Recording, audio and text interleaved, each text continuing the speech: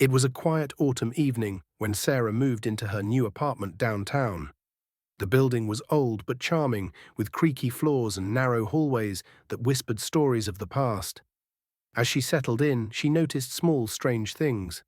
An unfamiliar scent in the air, faint whispers that seemed to come from the walls, and occasionally the soft glow of a light in the apartment across the hall that she couldn't quite see through the cracks. One night, Sarah was working late on her laptop when she heard a soft thud coming from the apartment next door. She froze, listening. It sounded like something heavy falling. Curious and slightly alarmed, she decided to check her door, but paused. Maybe it was nothing, she told herself. Still, she couldn't shake the feeling that something was off.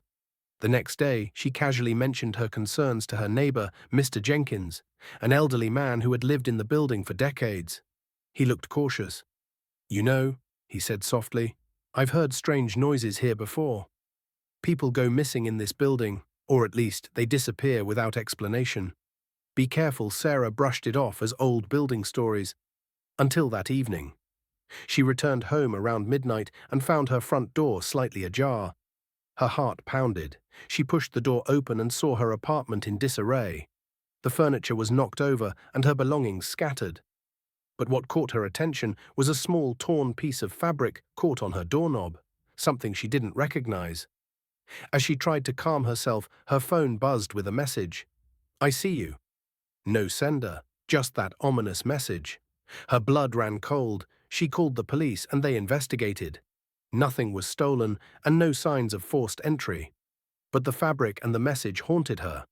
Over the next few days, she noticed more signs: footprints outside her window, strange noises at night, and the feeling that she was being watched. One evening, she decided to install a camera in her apartment. The footage revealed a shadowy figure lurking outside her window, moving silently. The police found that the person had been watching her for days, perhaps even weeks.